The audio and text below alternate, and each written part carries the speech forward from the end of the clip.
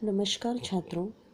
आज हम कनुप्रिया इस पाठ का अगला जो भाग है जिसका नाम है एक प्रश्न, ये देखेंगे। पहले मैं उसका पठन करती हूँ, ध्यान से सुनिए। अच्छा मेरे महान कनु, मान लो कि क्षण भर को मैं यह स्वीकार लूँ कि मेरे ये सारे तन्मयता के गहरे क्षण सिर्फ भावावेश थे, सुकोमल कल्पनाएं थी, रंगे हुए अर्थहीन आकर्षक शब्द थे। मान लो कि क्षण भर को मैं यह स्वीकार कर लूँ कि पाप पुण्य धर्माधर्म न्याय दंड क्षमा शील वाला यह तुम्हारा युद्ध सत्य है, तो भी मैं क्या करूँ कनु? मैं तो वही हूँ, तुम्हारी बावरी मित्र, जिसे सदा उतना ही ज्ञान मिला जितना तुमने उसे दिया।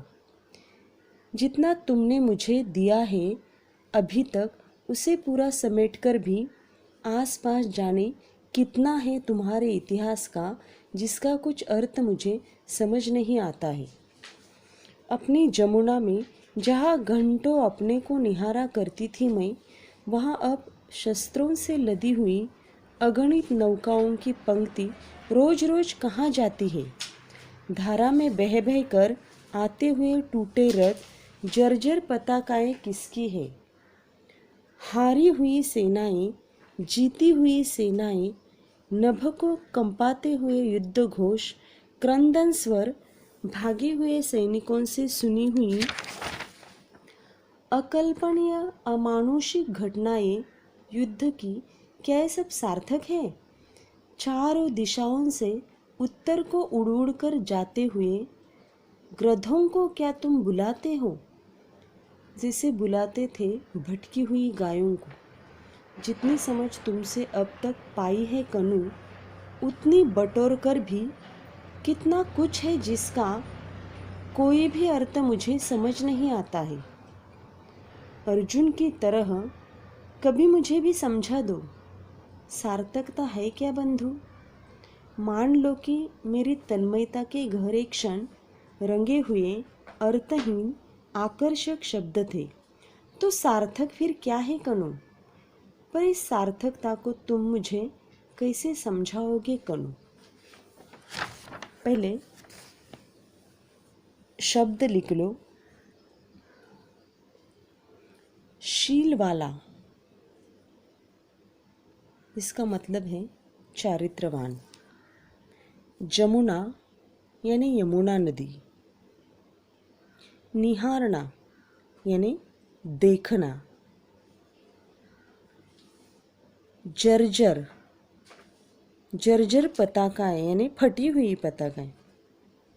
क्रंदन, क्रंदन यानी चीखना।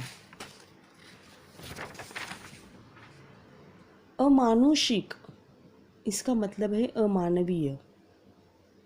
ग्रधो यानी गीध, ग्रधो का मतलब क्या है? गीध। तो एक प्रश्न इस सर्ग में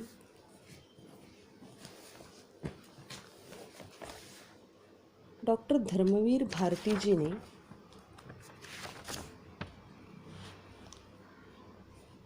राधा और कृष्ण के बारे में बताया है कि राधा के मन में अनेक प्रश्न उपस्थित है। उसके मन की जो अवस्था है वो द्विधा अवस्था हो गई है, और वो हमेशा कनु को यानी कृष्ण को बार बार सवाल करती है। राधा कृष्ण को संबोधित करते हुए कहते हैं कि हे कनु,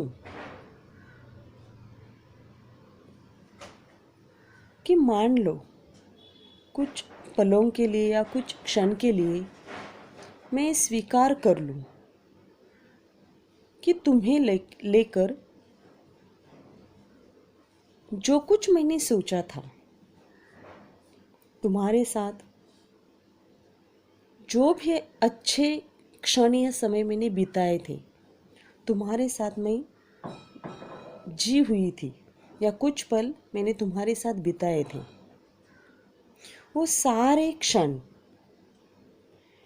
मेरे जीवन के, मेरे तन्मयता के गहरे क्षण थे। तुम मेरे इन क्षणों को भावावेश कहोगे, मेरी कोमल कल्पनाएं कहोगे। तुम्हारी दृष्टि से मेरी तन्मयता के गहरे क्षणों को व्यक्त करने वाले वे शब्द निरर्थक परंतु आकर्षक शब्द हैं। मान लो एक क्षण के लिए मैं यह स्वीकार कर लूं कि ये जो महाभारत का युद्ध है, वह युद्ध पाप पुण्य, धर्म अधर्म, न्याय दंड, क्षमाशील के बीच का युद्ध था। इसलिए इस युद्ध का होना इस युग का जीवित सत्य था, और इस युद्ध के तुम मुख्य नायक थे। फिर भी कणु, यानी फिर भी कृष्ण, मैं तुम्हारे इस नायकत्व से परिचित नहीं हूं। भले ही तुम इस युद्ध के लिए सबसे महत्वपूर्ण हो, यह युद्ध के नायक हो, फिर भी तुम्हारे इस नायकत्व से मैं परिचित नहीं हूँ, क्योंकि मैंने तुम्हें उस दृष्टि से कभी देखा ही नहीं, क्योंकि मैं तो तुम्हारी वही बावरी सखी हूँ, तुम्हारी दोस्त हूँ, तुम्हारी मित्र हूँ। जब हम दोनों एक साथ थे तो तुमने मुझे जितना ज्ञान दिया था, जितना उपदेश किया था, उतना ही ज्ञान या उपदेश मैंने पाया था। मैंने सदैव तुमसे स्नेहासिक्त ज्ञान ही पाया था।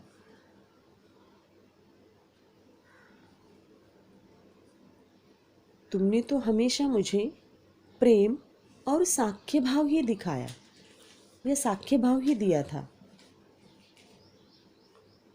आज भी मैंने उसे पूरा समेट कर रखा हुआ है।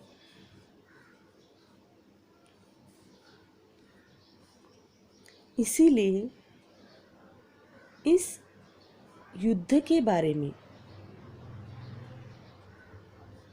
उतना ज्ञान शायद मुझे नहीं है, क्योंकि आज भी मैं तुम्हारी वही बावरी सखी हूँ। मैंने हमेशा वो प्रेम या साख्य भाव पूरा का पूरा समेट कर, संजो कर भी मैं तुम्हारे उन उदात्त और महान कार्यों को समझ नहीं पाई हूँ। उनके प्रयोजन का बोध मैं कभी कर नहीं पाई हूँ, क्योंकि मैंने तुम्हें सदैव तन्मयता के गहरे क्षणों में जिया है। जिस यमुना नदी में मैं हमेशा स्वयं को निहारा करती थी और हमेशा तुम में ही खो जाती थी, आज जब मैं उस नदी की तरफ देखती हूँ तो मुझे नदी में शस्त्रों से लदी असंख्य नौकाएं न जाने कहाँ जाती है। उसी नदी की धारा में बहकर आने वाले टूटे रथ और फटी पताकाएं किसकी है? हे कनु, हमेशा मेरे मन में ये सवाल खड़े होते हैं। महाभारत का वह युद्ध जिसका कर्णधार तुम स्वयं को समझते हो, वह कुरुक्षेत्र जहाँ एक पक्ष की सेनाएं हारी, दूसरे पक्ष की सेनाएं जीती, जहाँ गगनभेदी युद्ध घोष होता रहा, जहाँ क्रंदन स्वर गूंजता रहा, जहाँ अमानवीय और क्रूर घटनाएं घटित हुई और उन घटनाओं से पलायन किए हुए सैनिक बताते रहे, क्या यह सब सार्थक है कनु?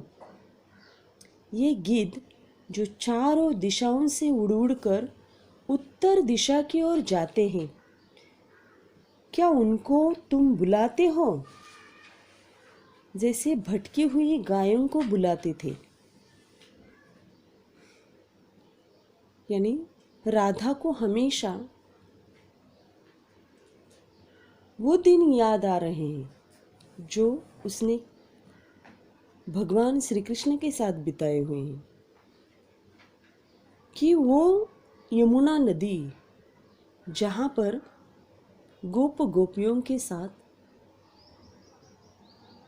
रास क्रीड़ा की थी, आज उस यमुना नदी में क्या दिखाई दे रही है? शस्त्रों से लदी असंख्य नौकाएं दिखाई दे रही हैं। और ये जो युद्ध है, इस युद्ध में न जाने कितने सैनिक मारे गए हैं। चारों दिशाओं में गिद्ध दिखाई दे रहे हैं। तो राधा कहती है कि जब हम दोनों एक साथ थे तो तुम अपनी बांसुरी से गायों को बुलाते थे। तो सवाल करती है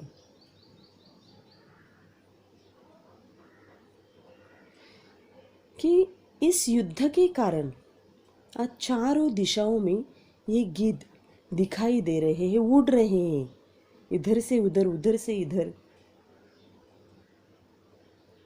तो क्या तुम उनको बुलाते हो जैसे भटकी हुई गायों को बुलाते थे? यानी राधा के मन में आज भी इतने सवाल है कनु को लेकर, कृष्ण को लेकर। अब वो आगे क्या कहती है देखो, हे कनु, मैं जो कुछ समझ पा रही हूँ उतनी ही समझ मैंने तुमसे पाई है। यानी राधा कृष्ण को कहती हैं कि उस समय तुमने मुझे जितना ज्ञान दिया था, जितना समझाया था, जितना उपदेश किया था, उतना ही मैं समझ पाई हूँ। उस समझ को बटोर कर भी मैं ये जान गई हूँ कि और भी बहुत कुछ है तुम्हारे पास। यानी आज मैं देखती हूँ तो समझ को बटोर कर भी मैं यह जान गई हूँ कि तुम्हारे पास बहुत कुछ है, कि आज तक मैं उसका अर्थ समझ नहीं पा रही हूँ। तुमने मुझे जितना ज्ञान दिया था उसे मैं समझ गई हूँ, लेकिन आज मैं तुम्हें देखती हूँ तो तुम्हारे पास बहुत कुछ है, लेकिन आज मैं उसको नहीं समझ पा रही हूँ। मेरी तन्मयता के गहरे क्षणों में मैंने उसको अनुभूत ही नहीं किया है। हे कनु, हे कहना, हे कृष्ण, जिस तरह तुमने कुरुक्षेत्र के युद्ध मैदान पर अर्जुन को युद्ध का प्रयोजन समझाया, युद्ध की सार्थकता का पाठ पढ़ाया, वैसे मुझे भी युद्ध की सार्थकता समझाओ। यदि मेरी तन्मयता के गहरे क्षण तुम्हारी दृष्टि से अर्थहीन परंतु आकर्षक थे, तो तुम्हारी दृष्टि से सार्थक क्या है?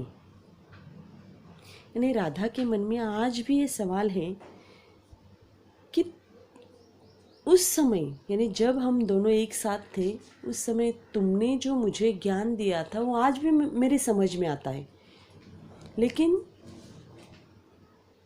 जब तुम मुझे छोड़कर युद्ध करने के लिए चले गए और वो जो ज्ञान है युद्ध के बारे में, युद्ध का जो ज्ञान है वो मेरी समझ के बाहर है। तुमने युद्ध क्षेत्र में या कुरुक्षेत्र के युद्ध के मैदान में अर्जुन को इस युद्ध का महत्व, उसका प्रयोजन, उसका परिणाम, ये सब कुछ बताया था।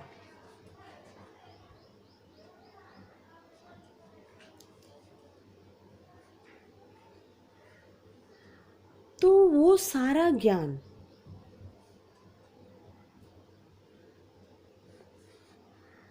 अगर तुम मुझे